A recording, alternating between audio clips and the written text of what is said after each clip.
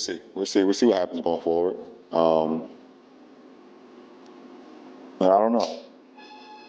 I got a lot to think about, to be honest. And What's left for you? What do you need to do in your career before you can hang it up? I need to be on the floor with my boy. I got to be on the floor with Bronny. You know, either on the same uniform or, you know, a matchup against him. And Tonight, was there any thought at all that, you know, this could have been your last game with the Lakers? I'm not going to answer that. Appreciate it. Manos, eu vou ser sincero com vocês, mano. Essa situação do LeBron me deixa um pouco pá. Acaba a temporada regular, não surge aquele desempenho que ele esperava, o time não rende da mesma forma. Chega nos playoffs, o time não tem entrosamento suficiente pra passar, às vezes, da primeira, da segunda fase. Ele cai nos playoffs e aí ele chega na pós-temporada e deixa esse clima no ar. Tipo, eu vou voltar? Não sei. Eu não quero responder isso. Deixa pra próxima. Eu tenho que pensar muito no que eu tenho que fazer. Aí vai lá, abre um podcast, aí faz vários anúncios de que ele quer jogar com o filho dele, que a última coisa que ele quer fazer da carreira é jogar com o filho dele, o que deixa todo mundo nesse alarde pra draftar o filho dele. E aí do nada ele aparece num jogo do Cleveland Cavaliers, na primeira fileira, com uma garrafa de vinho ainda ali pra acompanhar o jogo do Cleveland, que é a casa dele, que é por onde ele trouxe o título que a franquia tem, toda essa história. Agora eu vou ser sincerão com vocês, valeu? Vou falar aquilo que me vem no coração. Se o Bronny James for uma escolha de loteria, ou se ele for draftado na primeira rodada do draft, vai ser um dos maiores nepotismos que a gente viu na história da NBA, valeu? Ao lado de Thanasis Antetokounmpo. E por que eu vou dizer isso, mano? Porque essa situação vai me incomodar bastante com a falta de personalidade que o Lakers tem como franquia, em simplesmente abaixar a cabeça e atender aos pedidos do LeBron James. Eu entendo, mano. Eu vou reforçar aqui porque alguns de vocês acabam interpretando errado. Eu sou um grande fã do LeBron James. Eu sou, tipo assim, top fãs do LeBron James. Tá eu aqui, tá ligado? Eu sou fã da carreira dele. Eu fui um cara que acompanhei ele desde 2010 até atualmente. Então são mais de 10 anos acompanhando o LeBron James. Tem anos ali que eu acompanhei um pouco menos a NBA, por causa de motivos do meu trabalho, que não era o trabalho que eu tenho hoje. Mas só que eu acompanhei toda a carreira dele e eu sou um grande fã, mano. Eu fui hater dele. Eu de 2010 até 2016 eu era hater total do LeBron, mano. Eu odiava o LeBron James. E hoje eu reconheço a grandeza do LeBron James, tá ligado? Não tem como um cara que é fã de basquete não gostar do que o LeBron James faz, de tudo que cerca a carreira dele, de todos os feitos e marcos lendários que ele fez. Só que isso já tá indo longe demais. Aquela parada que eu citei, inclusive no vídeo passado, do The Decision, que ele tomou a decisão, que ele influenciou outros jogadores a fazerem o mesmo e tudo mais, agora tá se tornando num nível meio que insaturável, porque tá fazendo um mal pra franquia. A franquia tá fazendo estritamente tudo, não é se reforçando, não é trazendo uma peça, não é modificando uma coisa, é fazendo tudo que o cara quer pra poder que ele continue na equipe, mano. Isso não existe. Draftar o filho do cara que tem 5 pontos de média e teve um ataque cardíaco agora. Se não fosse o sobrenome James, ele nem entraria na NBA de cara. Ele viria como um não draftado, como um cara da D-League. Pô, essa é a realidade, rapaziada. Pô, me desculpa, mas o Bronny James não tem ainda nível pra jogar na NBA. E essa é uma realidade, não tem o que a gente falar. Ele deveria passar mais 1 ou 2 temporadas na faculdade, mano, aprimorando, pô, se amadurecendo, estando presente de grandes palcos como são as universidades, grandes competições como a NCAA. Isso, ele precisa desse tipo de feeling antes de ir pra NBA. Não adianta falar que esse moleque tá pronto pra NBA ainda. Se ele entrar, vai ser literalmente porque o LeBron quer, mano. Tem 4 times interessados nele por causa que o LeBron quer. Aí você vai me falar, pô, mas ele foi bem exato no draft combine. Você viu o vertical do moleque? Você viu a velocidade dele? Você viu que ele mentiu a altura dele? Ele tem 1,86 m, ele tem minha altura. Então eu não sou baixinho, cara. Eu só não pulo que nem ele. Mas isso é absurdo, pô. Por mais que o cara tenha performado bem em treinamento, é uma coisa. Performar bem com jogadores da NBA em quadra, valendo jogo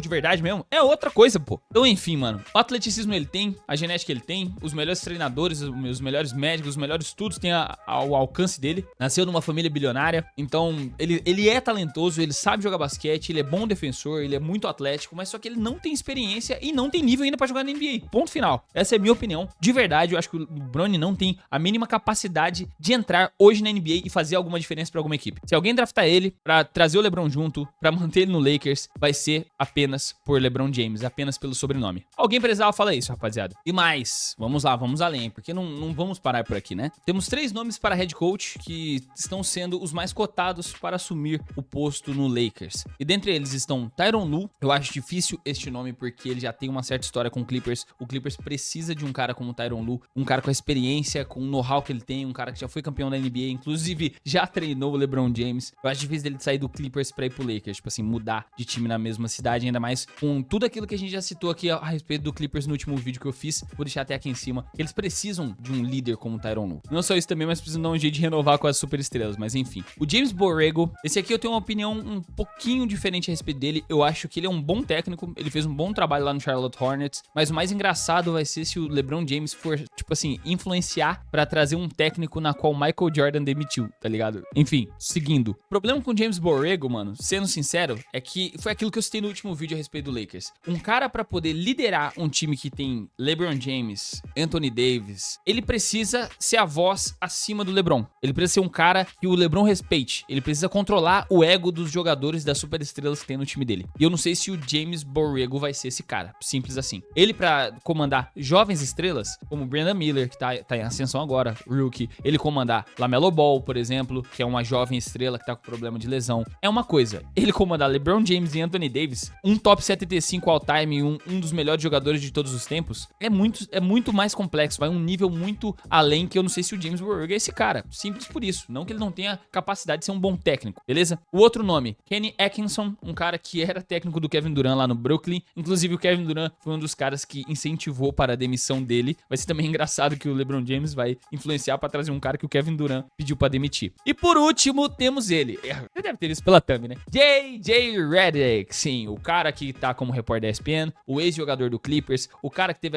aquela treta com o Doc Rivers, falando que o Doc Rivers, ele não consegue ter culhões pra poder assumir que ele tá errado. E esse cara, que é o mesmo cara que tem um podcast com o LeBron James. E, mano, isso é mais bizarro ainda, esse cara estar na conversa. Ah, só pra deixar claro que eu curto muito o podcast deles. Seguindo. Tipo assim, o J.J. Redick querer ser técnico da NBA é uma coisa, mas ele ser técnico de um cara na qual ele discute táticas, discute técnicas, conversa a respeito de esquemas, sobre coisas de basquete, num podcast que eles abriram juntos, é literalmente eu tô trazendo um meu amigo pra ser meu técnico, tô trazendo meu filho pra ser meu companheiro de equipe. Por quê? Porque eu quero, pô, porque simplesmente eu tenho esse poder. E aí, como é que o J.J. Redick vai lidar com a pressão de ser, pela primeira vez, técnico da NBA? Ele já vai ser técnico do LeBron James, ele é amigo pessoal de LeBron James, e vai ter todo aquele buchicho, tipo assim, ei, perdeu, vai fazer o quê? Vai discutir agora no podcast o que vocês vão precisar melhorar pra farmar umas views lá? Pô, mano, é muito complicado, velho. A situação do Lakers com o LeBron James é muito complicada. Eu acho que chega a um determinado nível, chega a um determinado patamar que fica muito difícil de você lidar com a realidade da sua equipe, tá ligado? E a realidade do Lakers é que tá muito difícil deles continuarem tentando trazer resultados imediatos pro LeBron James. Simples assim. Se o LeBron não tiver a paciência de confiar num processo pra poder voltar a ser campeão, já que lá em 2020, quando ele foi campeão, daquele time campeão de 2020 do Lakers, só sobrou ele e o Anthony Davis, cara. Ele e o Anthony Davis. Frank Vogel rodou, os principais defensores de perímetro, Alex Caruso e KCP rodaram. Mano, todo mundo, literalmente, aquele time de 2020 podia ganhar mais algum campeonato. Se mantivesse a base. Pô, Kyle Kuzma, por que o Kyle Kuzma saiu desse time, pô? Brandon Ingram, por que o Brandon Ingram saiu desse time? Tá ligado? E aí, a torcida gritando lá, o LeBron vai te trocar, o LeBron vai te trocar. Mano, tá ligado? É esse tipo de coisa que acaba ficando uma toxicidade dentro do vestiário, pô. O time não consegue trabalhar, o técnico não consegue trabalhar direito e só atendendo as vontades do rei, mano. Como vocês devem ter visto, eu sou um grande fã do LeBron, de verdade, mas esse período da carreira dele pós-campeonato de 2020, pós o título de 2020, me deixa um pouco bolado, mano. Todas as vezes que ele interferiu pra alguma troca acontecer, pra algum técnico ser trocado, pra alguma coisa desse tipo acontecer, nunca surte efeito imediato. O máximo que chegou foi ano passado nas finais de conferência, foi eliminado pelo Denver Nuggets e adivinha, esse ano, o time que continuou com o mesmo técnico, Mike Maloney, continuou com a mesma base de jogadores, perdeu inclusive um dos principais jogadores do banco de reserva, que era o Bruce Brown, ainda está indo pra final da conferência de novo, enquanto o Lakers está eliminado. Então eu acho que o Lakers deveria repensar mesmo como que tá sendo esse tratamento de superestrela com o LeBron James. Ele é o dono da equipe, ele é o técnico, ele é o GM, o que ele tá fazendo, velho? Enfim, mano, essa é a minha opinião. Eu amo o LeBron James, repetindo, LeBron James, eu sou muito fã, muito fã. Eu assisti praticamente todos os jogos que eram possíveis de eu assistir do LeBron esse ano. Mas isso que tá acontecendo com o Lakers, eu acho que o torcedor do Lakers já não deve estar feliz com o que o Coroa tá fazendo. Você, torcedor do Lakers, seu lugar de fala, eu quero saber se o meu raciocínio aqui a respeito do que o LeBron James tá fazendo com o Lakers é certo ou é errado. Eu sei que Coroa de 39 anos não faz 20 pontos, 7 rebotes e 7 assistências por jogo e ele é fora da casinha, tá? Então, eu não sou hater do LeBron, só de algumas atitudes. Por hoje é isso. Muito obrigado aos membros desse canal que mantêm esse projeto de pé, que ajudam a gente financeiramente. Se você quiser entrar pro clube dos membros, botãozinho aqui embaixo. Se você quiser apenas me apoiar, mano, se inscreva, ativa o sininho, deixa o like. Você já vai estar me apoiando muito, fechou? Então, muito obrigado por assistir até aqui. Eu te vejo no próximo vídeo. Falou!